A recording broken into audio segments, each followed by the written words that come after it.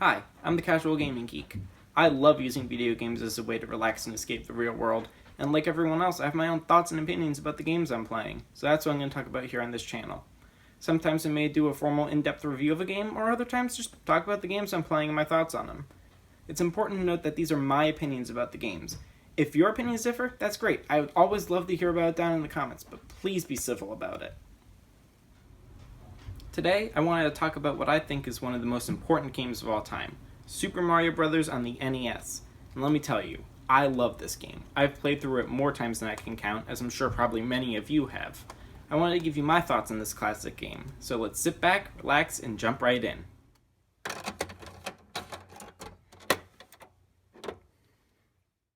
Super Mario Bros. Was created by Shigeru Miyamoto and Takashi Tezuka.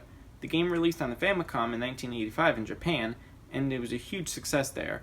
So, later in 1985, it came to North America for the release of the NES.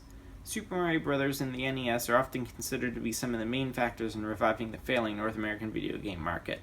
As such, the importance of the game cannot be overstated, as it forever changed the landscape of home entertainment.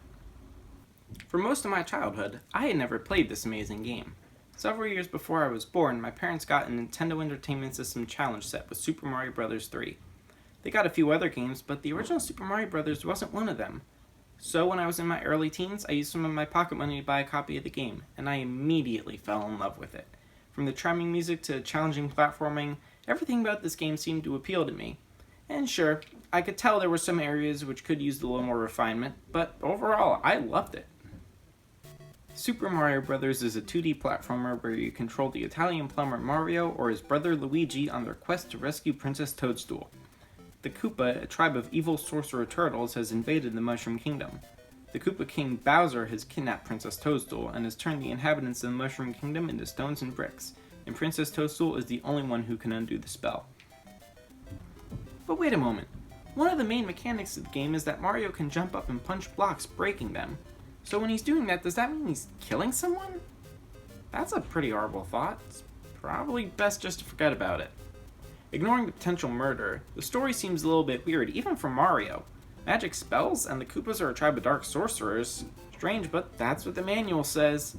Seeing as this is the first game in the series, it makes sense that the story is going to be a little bit weird, since the characters and world had yet to truly be fleshed out, which is, in my opinion, one of the only main drawbacks of the game.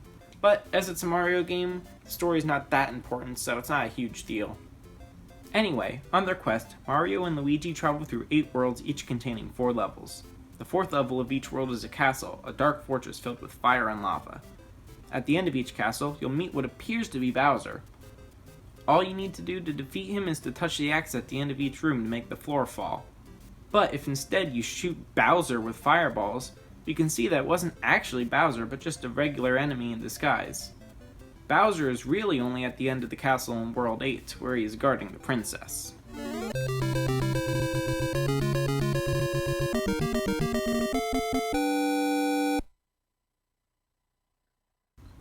Along the way, Mario can find some power-ups to help him. The Super Mushroom turns Mario into Super Mario, making him bigger and able to take an extra hit before dying. The Fire Flower turns Super Mario into Fire Mario, so you can throw fireballs to kill enemies.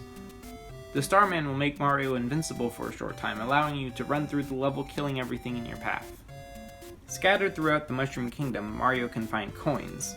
Every 100 coins collected earns an extra life. You can also find 1-up mushrooms hidden throughout the world.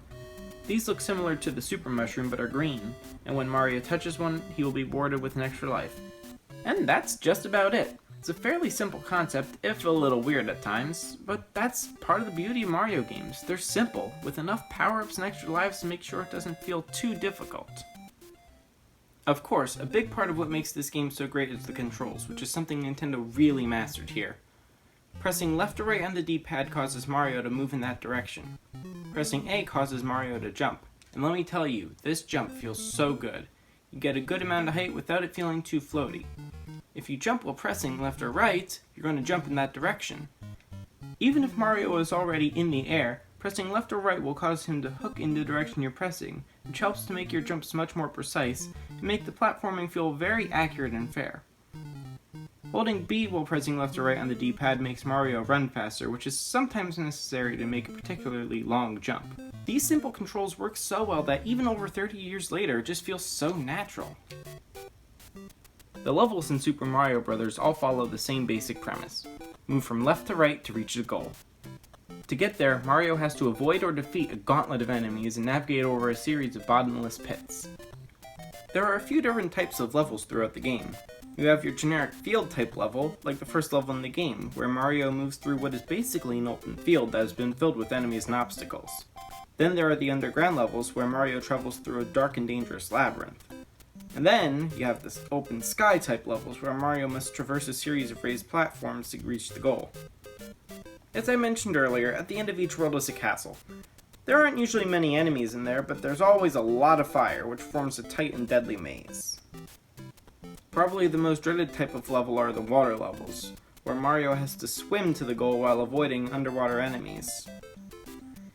And can we take a moment to appreciate just how bizarre this is? You have this Italian plumber underwater with a seemingly endless supply of air.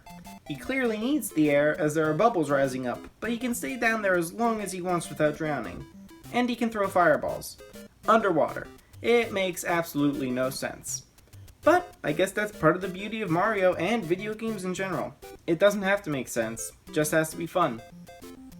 On the whole, the game's levels are all bright and cheerful, though with the exception of the third level in World 6. What is this? Everything's all gray. I'll never understand what the point of this was. An interesting thing to note about the levels is that later in the game, some of the levels actually repeat layouts from earlier in the game. Like level 5-3, which is the same layout as level 1-3, just with more enemies and some narrower platforms. I assume this was done either to save space on the cartridge or to save time in development. But even though these levels are repeated, the additional enemies help to ensure that they're more challenging so that the player probably won't get bored with them.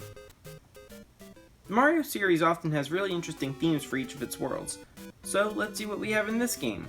Grass, grass, nighttime with snow, grass, snow during the day, nighttime with grass, snow during the day, grass.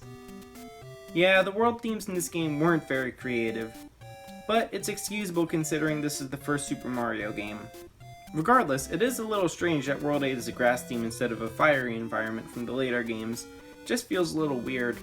Despite the fact that the world themes all feel pretty much the same, you do get some sense of progression, which comes from the difficulty.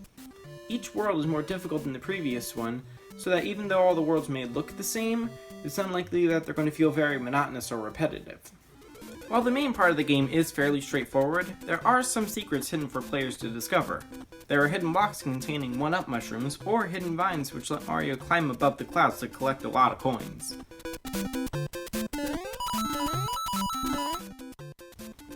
But arguably the most useful secrets in the game are warp zones.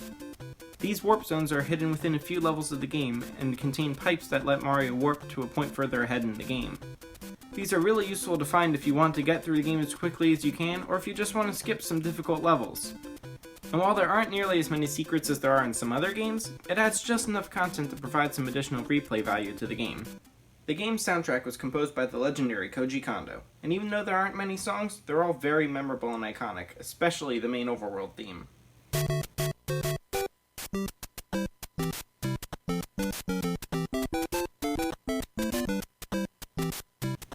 The underground theme makes you feel as if you're exploring a dark cave.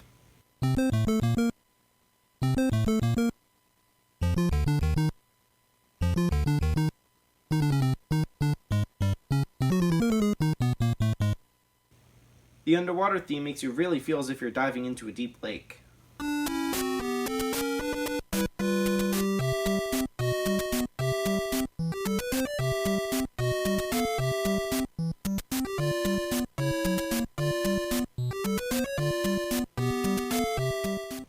And the castle theme makes you feel as though you're entering a very dangerous place.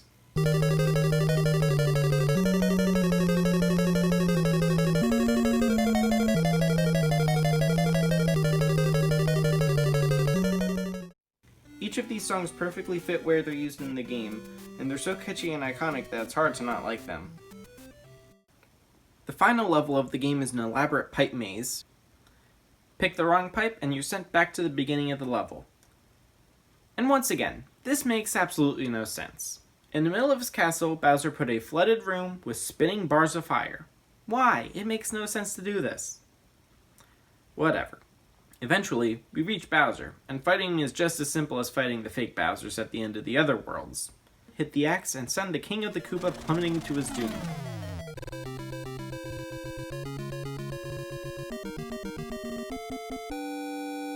In the next chamber, we finally meet the princess. She's grateful and says she's presenting us with a new quest. Back on the title screen, if we now press B, it lets us choose a world to start on in this new quest. Well, let's start on World 1. And it's the same thing. Sure, the Goombas have been replaced by Buzzy Beetles, but other than that, it's pretty much the same game we just played. Not the best bonus for beating the game, but considering it's an early NES game, it's understandable. All in all, Super Mario Bros. Is still a really great game today. It laid the foundation for the rest of the Super Mario series, and it made Nintendo into the entertainment giant it is today. Sure, it may have its quirks, but with solid level design and near flawless controls, there isn't really anything bad I have to say about it. It's a true classic, and I feel I'm going to love playing it for many more years to come. Thank you so much for watching. If you enjoyed the video, please leave a like and consider subscribing, as I have plans to cover many more games soon.